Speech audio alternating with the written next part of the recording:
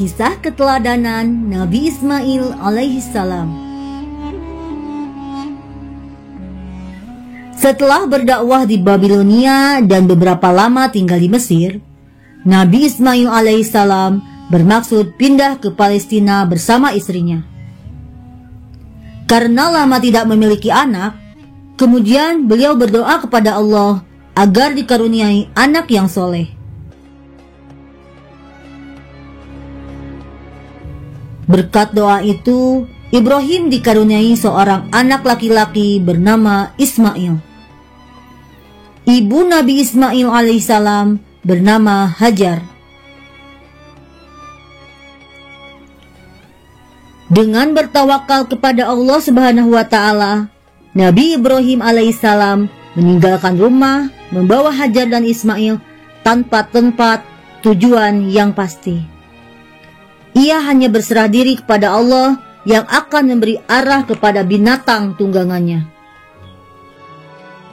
Setelah berminggu-minggu berada dalam perjalanan jauh, tibalah pada akhirnya Nabi Ibrahim alaihissalam bersama istri dan anaknya Ismail di Mekah.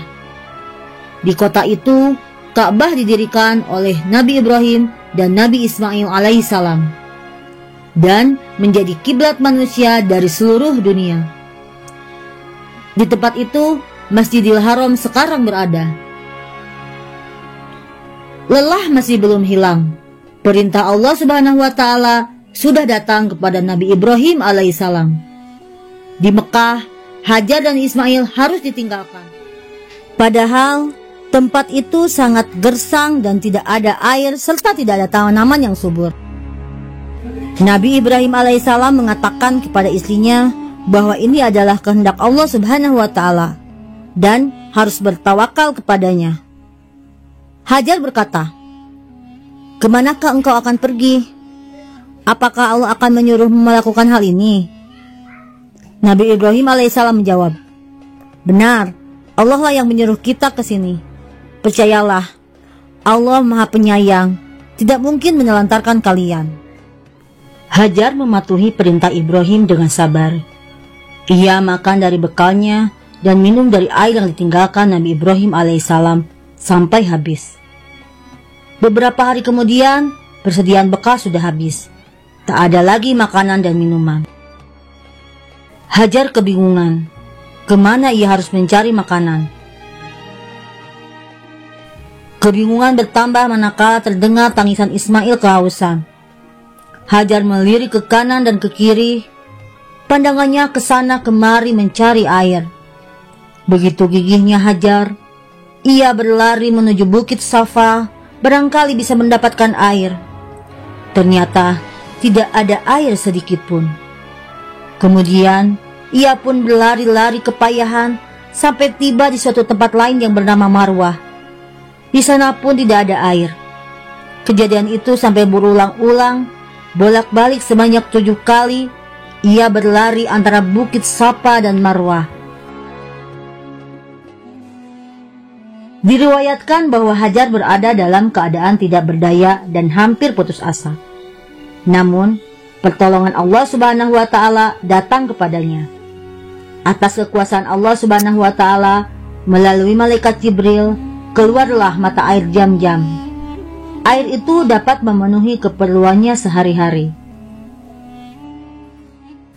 Nabi Ismail alaihissalam adalah anak yang patuh dan taat kepada perintah Allah Subhanahu wa Ta'ala, serta hormat kepada kedua orang tuanya.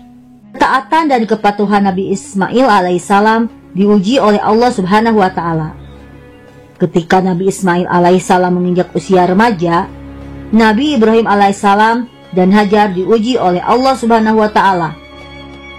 Peristiwa ini dijelaskan dalam Al-Quran surat As-Saffat ayat 102 sampai 111.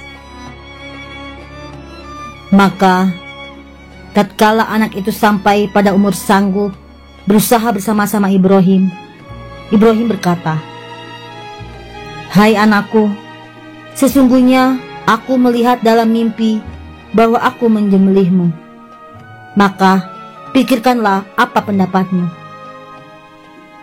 Ismail menjawab, "Wahai bapakku, kerjakanlah apa yang diperintahkan kepadamu. Insya Allah, kamu akan mendapatiku termasuk orang-orang yang sabar. Tak kala keduanya telah berserah diri dan Ibrahim membaringkan anaknya atas pelipisnya, nyatalah kesabaran keduanya. Dan kami panggillah dia, "Hai Ibrahim, sesungguhnya kamu telah membenarkan mimpi itu. Sesungguhnya demikianlah kami memberi balasan kepada orang-orang yang berbuat baik. Sesungguhnya ini benar-benar suatu ujian yang nyata, dan kami tebus anak itu dengan seekor sembelihan yang besar." Sesudah nyata kesabaran dan ketaatan Ibrahim dan Ismail alaihissalam, maka Allah Subhanahu wa Ta'ala melarang menyembelih Ismail dan untuk meneruskan kurban. Allah Subhanahu wa Ta'ala menggantinya dengan seekor kambing. Peristiwa ini menjadi dasar disyariatkannya kurban yang dilakukan pada hari raya haji atau hari raya Idul Adha. Kami abadikan untuk Ibrahim itu pujian yang baik di kalangan orang-orang yang datang kemudian, yaitu kesejahteraan dilimpahkan atas Ibrahim.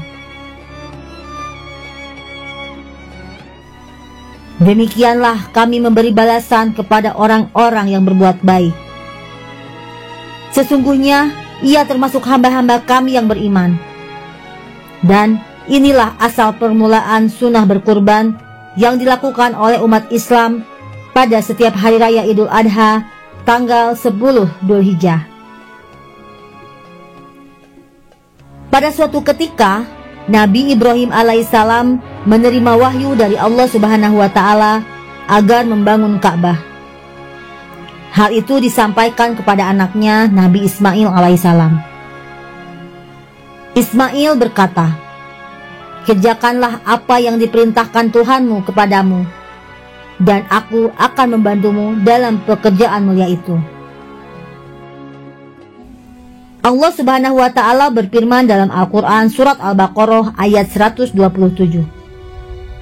"Dan ingatlah ketika Ibrahim meninggikan membina dasar-dasar Baitullah bersama Ismail seraya berdoa, 'Ya Tuhan kami, terimalah daripada kami amalan kami, sesungguhnya Engkaulah yang maha mendengar lagi maha mengetahui.' Mulailah keduanya membangun Ka'bah hingga selesai. Dan tempat Nabi Ibrahim alaihissalam berdiri ketika itu dikenal dengan nama Maqam Ibrahim. Kemudian Allah Subhanahu wa Ta'ala memberi wasiat kepada Nabi Ibrahim alaihissalam dan Nabi Ismail alaihissalam untuk membersihkan Ka'bah dari kotoran, perbuatan syirik, dan penyembahan berhala untuk orang-orang yang tawaf, yang i'tikaf, yang ruku, dan yang sujud.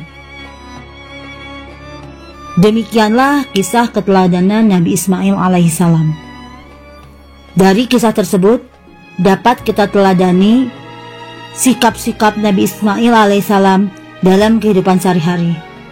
Di antaranya yaitu, yang pertama, kita harus taat kepada Allah dan ikhlas melaksanakan segala perintahnya. Kedua, patuh kepada orang tua serta berbakti kepada keduanya.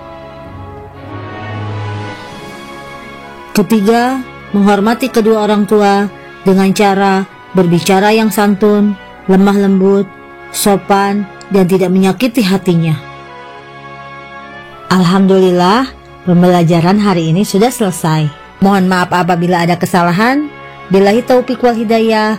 Wassalamualaikum warahmatullahi wabarakatuh.